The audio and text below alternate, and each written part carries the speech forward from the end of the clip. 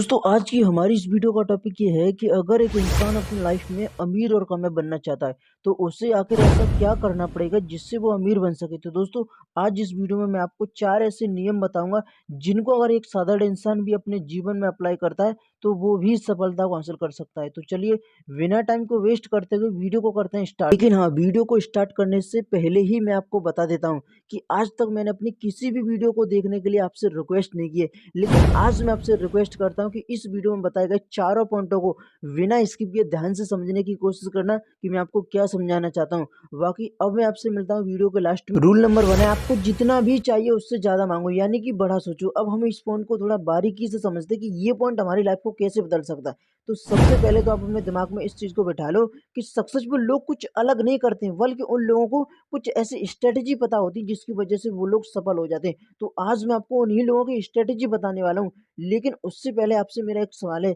कि हम जब भी अपने घर से पैसे मांगते हैं तो हमारे घर वाले हमें उतने ही पैसे देते हैं या फिर उससे कम? तो उसमें से 90% से ज्यादा लोगों का जवाब होगा उससे कम। अब आप मुझे एक बात बताइए कि जब आपके घर वाले आपको उतना नहीं दे सकते हैं जितना आपने मांगा है उतना, तो आपको ऊपर वाला कैसे दे सकता है जो कामयाबी आपने मांगी है? और यही कारण है कि आज इस दुनिया में ज्यादातर लोग फेल अपनी लाइफ में इसलिए नहीं हो जाते हैं कि वो लोग बड़ा सोचते हैं और उसे अचीव कर लेते हैं, बल्कि वो लोग इसलिए फेल हो जाते हैं कि वो लोग छोटा सोचते हैं और उसे अचीव कर लेते हैं। और दोस्तों इस पॉइंट के लास्ट में मैं आपसे बस एक ही बात बोलना चाहूँगा कि हमारा बड़ा सोचने में जा क्या रहा है, बल्कि जब हम बड़ा सोचते हैं तो हमारे माइंड में उस गोल को अचीव करने के प्रति नए-नए आइडिया आना शुरू हो जाते हैं, जिसकी वजह से उस गोल को अचीव करने की संभावना काफ़ी हद तक बढ़ जाती है। रूल नंबर 2 है फोकस। अब फोकस से मेरा मतलब ये है कि अगर आप अपने गोल के प्रति किसी काम को कर रहे हो, तो आपका फोकस इस प्रकार का होना चाहिए जैसे एक बार स्वामी विवेकानंद अपने घर के बाहर बैठकर बुक पढ़ रहे थे तो उनके बगल से बाराती डांस करते हुए निकल गए।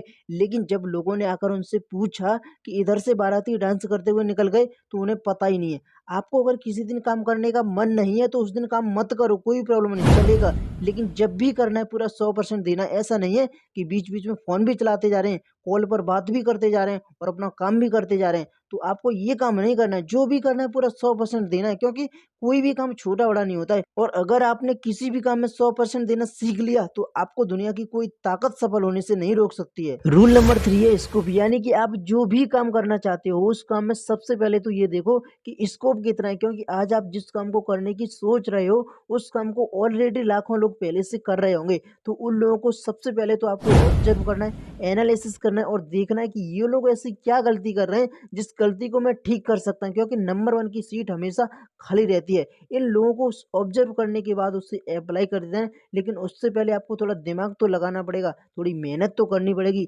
लेकिन ये किया जा सकता है, तभी आप उस काम में एक्सीलेंस को अचीव कर सकते हो। रूल नंबर 4 है कि आप जैसा बनना चाहते हो उन लोगों से कॉन्टेक्ट बिल्ड करना। तो सबसे पहले तो आप अपने दिमाग में इस चीज को बिठा लो कि आपको जैसा बनना है उन लोगों के साथ रहना पड़ेगा, उन लोगों से कॉन्टेक्ट बनाना पड़ेगा, उन लोगों से रिलेशन बनाना पड़ेगा, उन लोगों को फॉलो करना पड़ेगा, तभी आप उन लोगों के जैसे बन पाओगे। अब शायद आपका ये सवाल हो सकता है कि हमें जैसा बनना है उनके साथ कॉन्टेक्ट बनाना क्यों जरूरी है? तो अब मैं आपको एक एग्जांपल देता हूँ। जैसे मान लो कि अगर आप पूरे दिन कोल्ड ड्रिंक पियोगे तो शाम को डकार प्याज की आएगी या कोल्ड ड्रिंक की? जाहिर सी बात है कोल्ड ड्रिंक की आएगी। अरे आप भी तो थोड़ा अपना दिमाग लगाओ कि मुझे अगर डॉक्टर बनना है तो अगर मैं मिठाई वाले के पास जाके हलवाई से पूछूं कि मुझे डॉक्टर बनना है तो क्या वो आपको सही सलाह दे पाएगा?